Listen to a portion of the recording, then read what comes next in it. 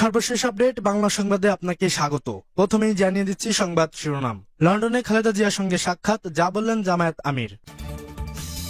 আরো জানিয়ে দিব, গণ অধিকার পরিষদ ছেড়ে নতুন রাজনৈতিক দলে যুক্ত হচ্ছেন ফাতেমা তাসনিম।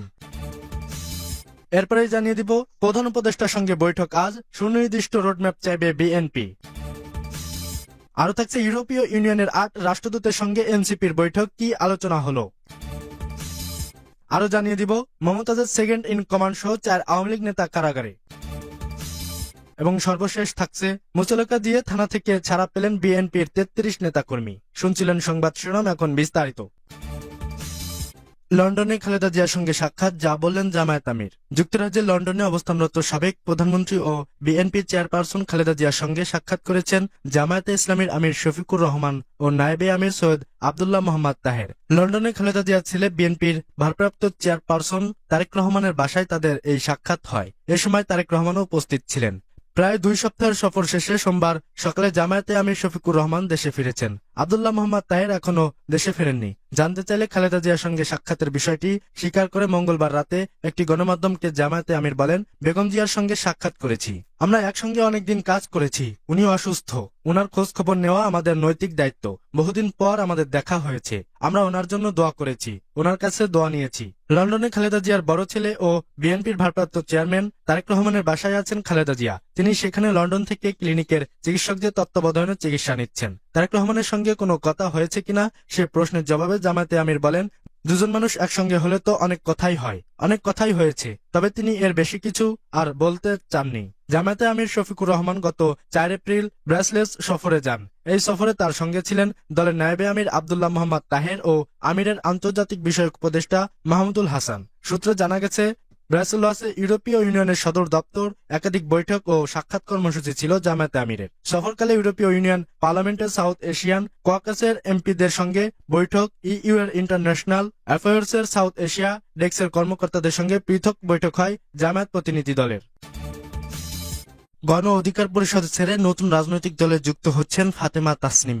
গণ অধিকার পরিষদের উচ্চতর পরিষদের সদস্য ফাতেমা তাসনিম পদত্যাগ করেছেন। মঙ্গলবার তিনি নিজেই কালবেলাকে এ তথ্য নিশ্চিত করেছেন। ব্যক্তিগত কারণে তিনি এ পদত্যাগের সিদ্ধান্ত নিয়েছেন বলে জানা গেছে। এর আগে পদত্যাগপত্রটি ফাতেমা তাসনিম নিজেই তার ফেসবুক পোস্ট করেন। গত ১৩ এপ্রিল তিনি পদত্যাগপত্রটি দপ্তর সম্পাদকের মাধ্যমে গণ অধিকার পরিষদের সভাপতি বরাবর পাঠান। পদত্যাগপত্রে ফাতেমা তাসনিম উল্লেখ করেন, আমি ফাতেমা তাসনিম ব্যক্তিগত কারণে গণ অধিকার পরিষদ থেকে পদত্যাগ করছি। জানা গেছে, শীঘ্রই নতুন রাজনৈতিক দলে যুক্ত হতে যাচ্ছেন ফাতেমা তাসনিম। আগামী ১৭ এপ্রিল নতুন রাজনৈতিক দল নিয়ে আসছেন ডেস্টিনি গ্রুপের ব্যবস্থাপনা পরিচালক মোহাম্মদ রফিকুল আমিন। নতুন দলের আহ্বায়ক হিসেবে থাকছেন মোহাম্মদ রফিকুল আমিন এবং সদস্য সচিব হিসেবে দায়িত্ব পাচ্ছেন ফাতেমা তাসনিম। প্রধান উপদেষ্টার সঙ্গে বৈঠক আজ, সুনির্দিষ্ট রোডম্যাপ চাইবে বিএনপি। সংসদ নির্বাচন নিয়ে অন্তর্বর্তী সরকারের কাছ থেকে পরিষ্কার বার্তা চায় বিএনপি। দলটি মনে করছে, সরকারের ৮ মাস পেরিয়ে গেলেও নির্বাচন ঠিক কবে হতে পারে এ নিয়ে এখনো সুনির্দিষ্ট কোনো ঘোষণা পাওয়া যায়নি। এ নিয়ে সরকারের পক্ষ থেকে যে সময়সীমার কথা বলা হচ্ছে, তাতে নির্বাচন নিয়ে জনমনে এক ধরনের ধোঁয়াশা তৈরি হয়েছে। এ অবস্থায় সরকারের ভাবনা এবং নিজেদের অবস্থান জানতে আজ প্রধান উপদেষ্টা ডক্টর মোহাম্মদ ইউনূসের সঙ্গে বৈঠক করছে বিএনপি। আজ দুপুর ১২টায় রাষ্ট্রীয় অতিথি ভবন যমুনায় এই বৈঠক হবে। এতে প্রয়োজনীয় সংস্কার শেষে ডিসেম্বরের মধ্যেই নির্বাচন দাবির বিষয়ে অনড় থাকবে বিএনপি।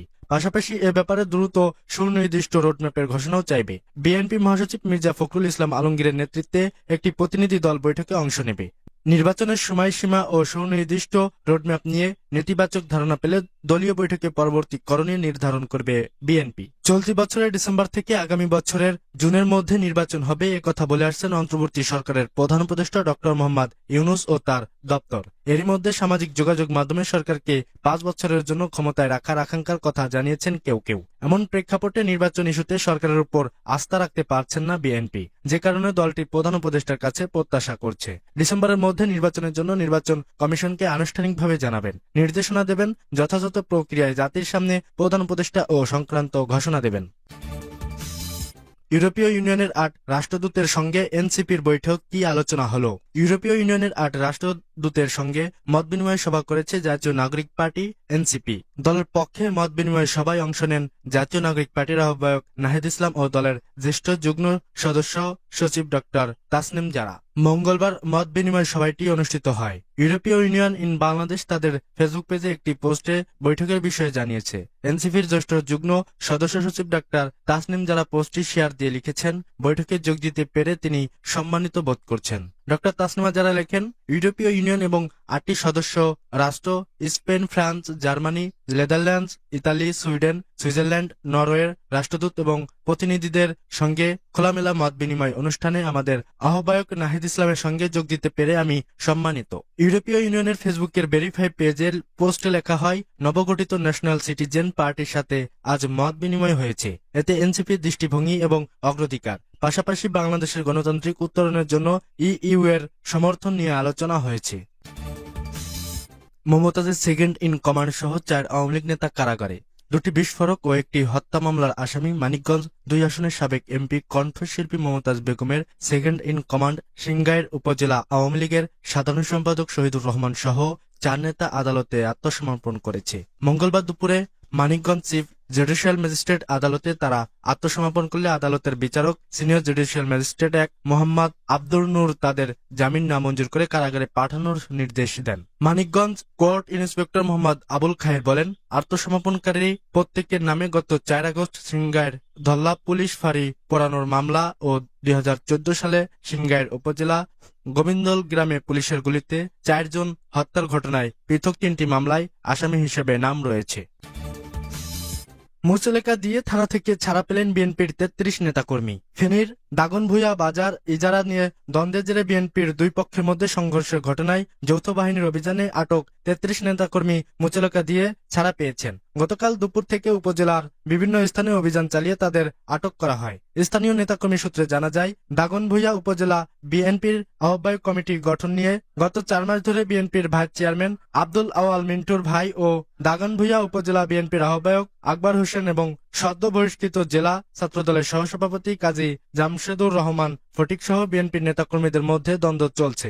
সম্প্রতি দাগনভূঞা পৌর শহরের তোহাবাজার ও সিএনজি স্ট্যান্ড ইজারা নেন আকবরের এক অনুসারী।